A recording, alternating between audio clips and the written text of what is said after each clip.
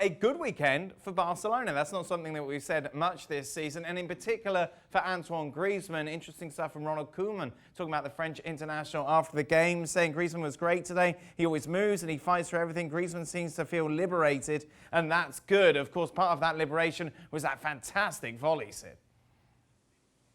Yeah, it's absolutely brilliant, wasn't it? And Griezmann said after the game, well, it's one of those that can sail into the stands or it can fly into the net. Well, it flew into the net. He hit it really, really well. He's been playing much better over the last 2 or 3 games. There is a sense of liberation, as you say there, given what Koeman said. He did an interview actually a week or so ago with Jorge Valdano, of course, the former Real Madrid manager and director of football, former Argentinian international who has an interview show here in Spain. And he kind of laid himself bare a little bit, Griezmann, and he talked in that interview about the pressure that's on him. He talked about the fact that he said he needed peace, he needed people not to be putting extra pressure on him and criticising him.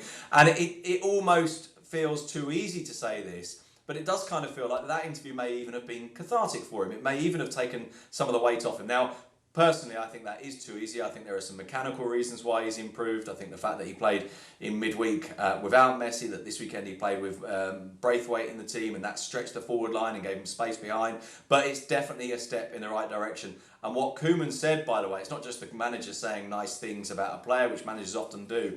It actually is a change in tune from Koeman, who 3 or 4 weeks ago was saying things about Griezmann, which I wouldn't go so far as to say that he was criticising him publicly, but I think implicitly, at least, he was making it very clear that he had some pretty significant complaints. It's interesting you bring up Jorge Valdano, said, because of all the tributes that I saw and all the interviews that people gave after the passing of Maradona, when he was live on Spanish TV and he couldn't talk, he was in tears.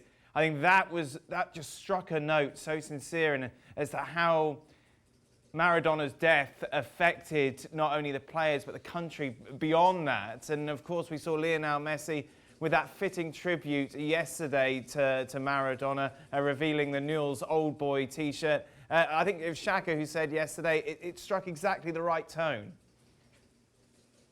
It really did, and it was a surprise. I mean, look, Messi, it wasn't a surprise that Messi had or took the opportunity to pay homage to Maradona. I think we all thought he would do so.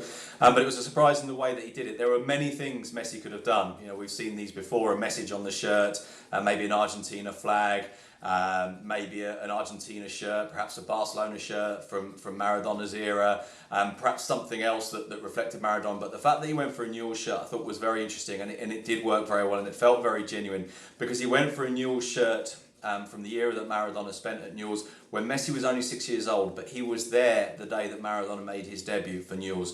Bear in mind that Messi wasn't born when Maradona won the World Cup with Argentina. He wasn't born when Maradona played at Barcelona. So by choosing Newell's, I think he connected with Maradona that bit more explicitly. I think he brought it back to something a bit purer, which of course is his own childhood, the own sense, that sense of kind of inspiration, that sense of what Maradona meant to a generation of people, even those people like Messi who weren't there in '86. And I think by taking it to childhood, he also did something else, which, in my opinion at least, was that it was a gesture of humility. It was making himself the child looking up at Maradona, rather than making himself the player who maybe has matched, or perhaps, according to some people, even surpassed Maradona. It was such an iconic picture, especially when you had half the 10 was Barcelona and half the 10, of course, the Newell's Old Boy shirt as well. That was incredible. That was, I think, the perfect photograph, and it's interesting, isn't it, that Messi, of course, had planned this, and that shirt, by the way, was one that Maradona had worn when he played at Newell's, not in the first game, but had worn. I mean, imagine that, by the way, a match-worn shirt worn by Messi and Maradona, a single shirt.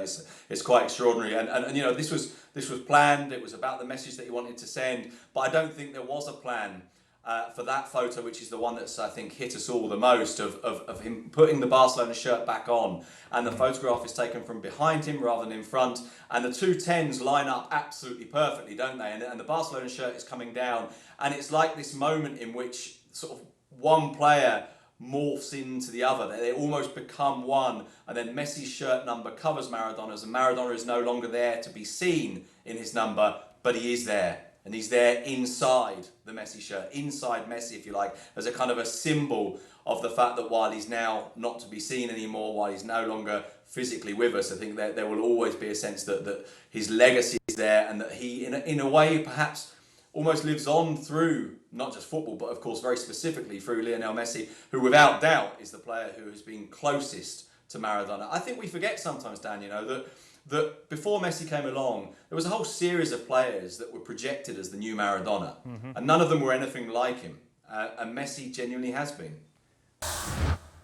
Thanks so much for watching ESPN on YouTube. And for more sports highlights and analysis, be sure to download the ESPN app. And for premium content and live streaming, subscribe to ESPN Plus.